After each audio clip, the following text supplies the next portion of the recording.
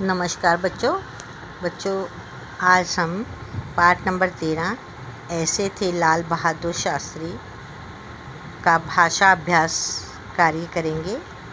हमने पिछली वीडियो में आपको भाषा अभ्यास के प्रश्न नंबर 1, 2 और 3 करवाया था और मैं उम्मीद करती हूँ कि आपने इसका अभ्यास किया होगा घर में और याद भी कर लिया होगा, लिख कर भी देखा होगा।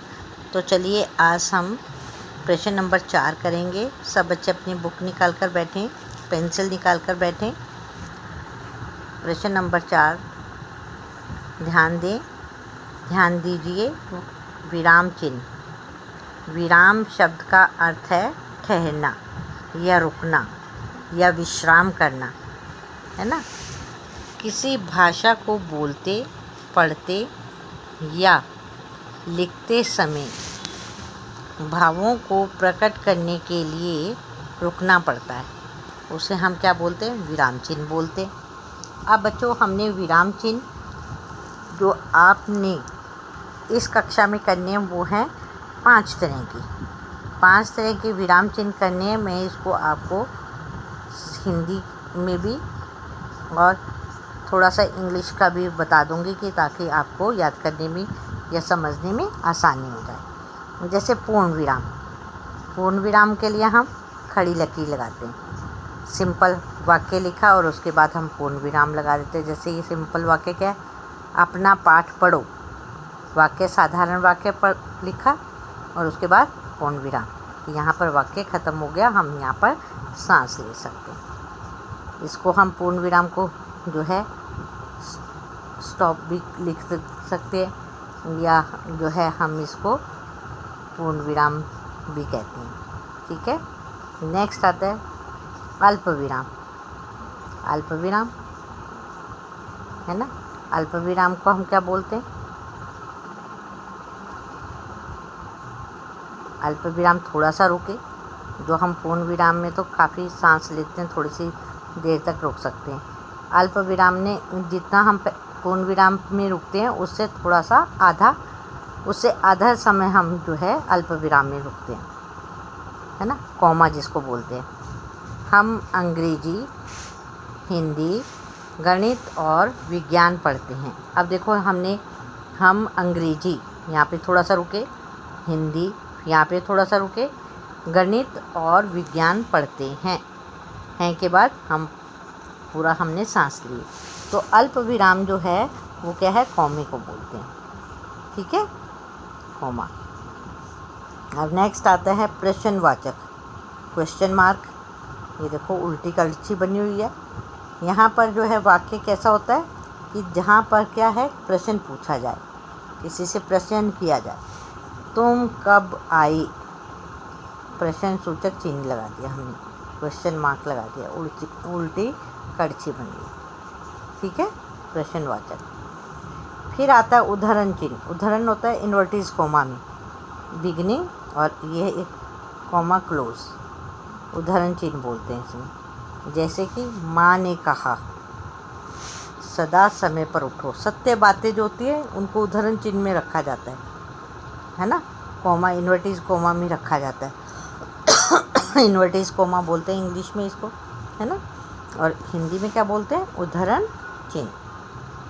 माँ ने कहा सदा समय पर उठो, पूर्ण विराम लगाया, उद्धरण चिन्ह बंद हो गई। ठीक। नेक्स्ट आता है योजक चिन्ह। योजक चिन्ह ये लेटी हुई लकीर है छोटी सी, इसको हम अंग्रेजी में क्या बोलते हैं? योजक चिन्ह को हाइफन। क्या बोलते हैं इसको? हाइफन। मैं, रात, दिन, जब 2 शब्दों को आपस में जोड़कर लिखना होता है तो उसमें योजक चिन्ह का प्रयोग किया जाता है ना। हाइफन लगाया जाता है योजक। मैं रात दिन काम करता हूँ, इसका मतलब है कि ये एक ही शब्द है। रात दिन एक ही शब्द है।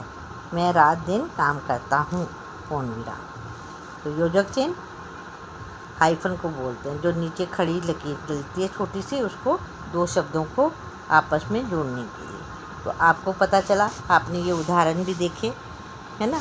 और इन उदाहरण के साथ आपने इन चिन्हों को ये भी पहचान कर ली। अब एक बार फिर से हम रिवाइज कर लेते हैं। खड़ी लकीर को क्या बोलते हैं? पूर्ण विराम। इस अल्प विराम का ये कॉमा लगता है।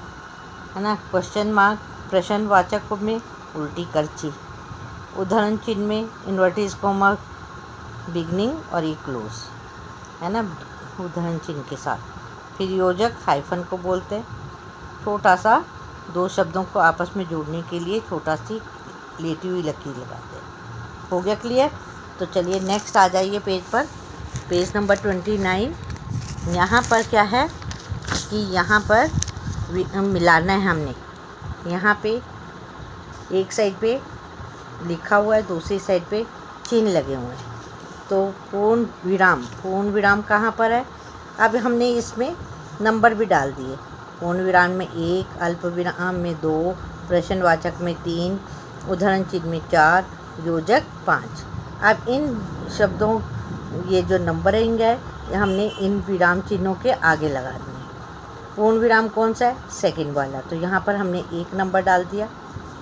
अल्प विराम कहाँ है? ये सबसे लास्ट में, हमने इसके आगे 2 नंबर डाल दिया। और ये प्रश्नवाचक कहाँ है? ये उल्टी करछी ये है, इसके आगे हमने 3 डाल दिए। उदाहरण चिन्ह का है, ये यहाँ पे उदाहरण चिन्ह है, यहाँ पर हमने 4 डाल दिया। योजक कहाँ है? ये योजक है, ये यहाँ पर गलत दिया हुआ था, यहाँ पे ठीक कर लेंगे आप। योजक में छोटी सी लकीर आती है, ठीक है, लेटी हुई लकीर, यहाँ पे 5 है। तो इस प्रकार से हमने जो हमने सीखा उनको आपस में मिलाकर भी देखा कि हमें पता चला कि ये जो है प्रश्न पूर्ण विराम में खड़ी लकीर है, अल्प विराम में कॉमा है, प्रश्नवाचक में उल्टी करछी है, उदाहरण चिन्ह में 2 इन्वर्टेड कॉमा शुरू होते हैं, फिर ये बंद हो जाते हैं। फिर योजक चिन्ह में छोटी सी लेटी हुई लकीर लगती है 2 शब्दों के बीच में, 2 शब्दों को जोड़ने के लिए। हो गया क्लियर? नेक्स्ट आ जाइए प्रश्न नंबर 5। दिए गए अनुच्छेद में उपयुक्त स्थान पर विराम चिन्ह लगाइए। अब यह हमारा अभ्यास हो जाएगा कि हमने जो ये विराम चिन्ह सीखे, अब इसको लगाते हैं। श्री लाल बहादुर शास्त्री भारत के दूसरे प्रधानमंत्री थे। यहाँ पर पूरा एक वाक्य ख़त्म हो रहा है, तो पूर्ण विराम डाल दिया, पूर्ण विराम खड़ी लकीर। उसमें देश प्रेम 2 शब्दों को जोड़ा, योजक चिन्ह लगाया हमने, लेटी हुई लकीर, कॉमा भी, अल्प विराम भी लगा। ईमानदारी और साहस की भावना कूट के बीच में योजक चिन्ह है, भरी हुई थी के बाद पूर्ण विराम। एक वाक्य यहाँ पे ख़त्म हो गया। उन्होंने जय जवान जय किसान का नारा दिया।